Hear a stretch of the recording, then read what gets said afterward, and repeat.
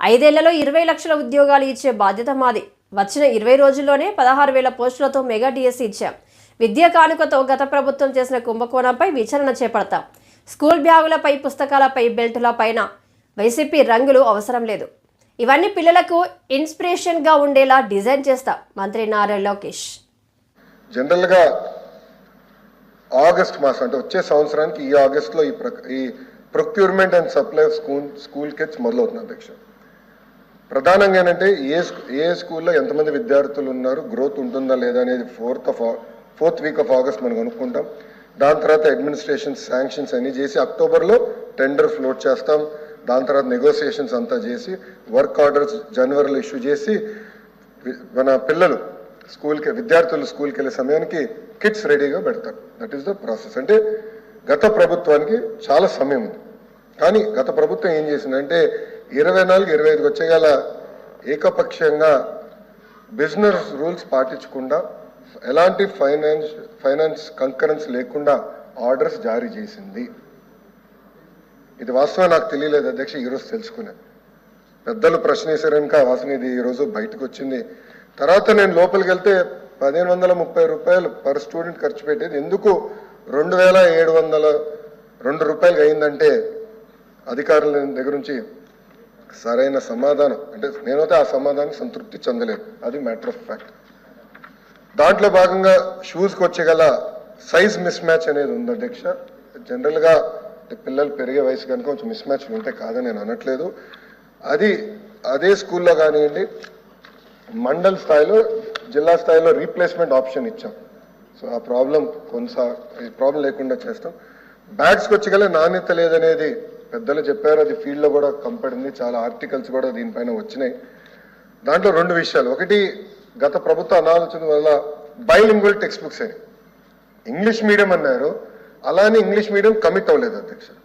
So ప్రతి text బుక్స్లో ఒక పక్కన తెలుగు ఉంది, ఇంకో పక్కన ఇంగ్లీష్ ఉంది. అంటే వెయిట్ పెరిగింది అధ్యక్ష.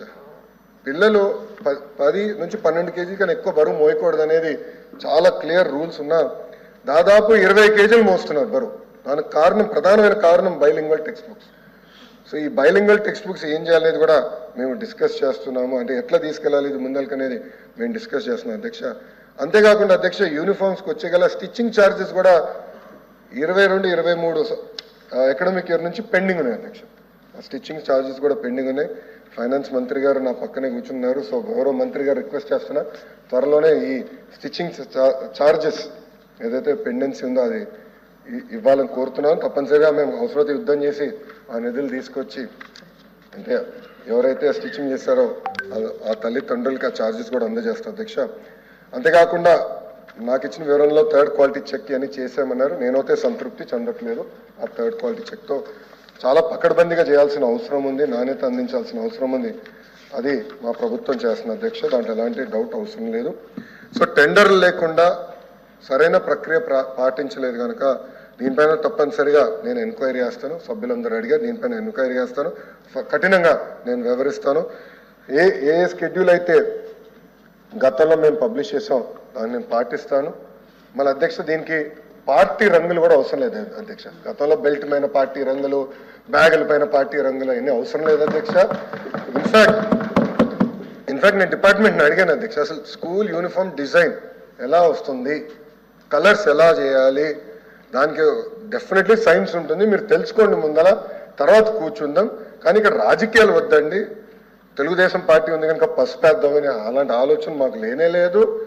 విద్యార్థులకి స్మార్ట్గా ఉండేదానికి ఇన్స్పైర్ చేసే విధంగా యూనిఫామ్లు కూడా చేయాలని మేము ఒక ఆలోచనలో ఉన్నాం. అది ఆల్రెడీ నేను దానిపైన డీటెయిల్డ్గా ఒక రిపోర్ట్ కూడా అడుగుతాం జరిగింది అధ్యక్ష. ఇంకా నాడు నేడుకు వచ్చేగల మనం అది గతంలోనే నేను సమాధానం చెప్పా.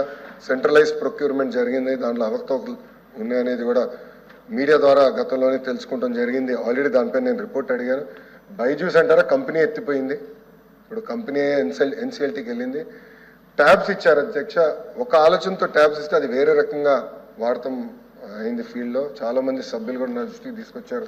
పిల్లలు ఎక్కువ యూట్యూబ్ ఇవన్నీ ఎడిక్ట్ అయ్యారు అనేది అందరు అన్నారు అధ్యక్ష. అది అందరితో కూడా నేను చర్చిస్తాను. దీన్ని ఏం చేయాలో దాన్ని బట్టి we will go forward. But అధ్యక్ష, ఒక పక్కన తల్లికి వందనం అవ్వచ్చు, ఇంకో పక్కన ఈ కిట్ అవ్వచ్చు. End of the day outcomes రావాలి అధ్యక్ష. అంటే పిల్లలు చదువుకోవాలి, అవుట్కమ్స్ రావాలి. Reading, comprehension, writing, mathematics, basic outcomes అనేది రావాలి. ఈరోజు ప్రభుత్వ పాఠశాలలో సంఖ్య తగ్గుతుందంటే దానికి కారణం అవుట్కమ్స్ లేదనేది నేను బలంగా నమ్ముతున్నాను అధ్యక్ష. అది ఆల్రెడీ నేను మొన్న హౌస్లో కూడా నేను చాలా స్పష్టంగా చెప్పాను. టెక్నాలజీతో జోడించి అవుట్కమ్స్ మానిటరింగ్ చేద్దాం, పాజిటివ్గా తీసుకెళ్దాం అని చెప్పాము. ఇంకా 2-3 NGOs కూడా మొన్న వచ్చి కలిశారు, వాళ్ళతో కూడా నేను మీటింగ్ పెట్టుకుంటున్నాను. దీన్ని ఎట్లా పకడ్బందీగా చేసి అవుట్కమ్ మానిటరింగ్ చేయాలి. ఎన్డీఏ ప్రభుత్వం లక్ష్యం ఒకటే, ప్రైవేట్ పాఠశాలల కన్నా అద్భుతంగా ప్రభుత్వ పాఠశాలలు రూపొందిస్తాం, అవుట్కమ్స్ సాధిస్తామని ఈ సభాముఖంగా మీ అందరికీ నేను తెలుపుతున్నాను అధ్యక్ష.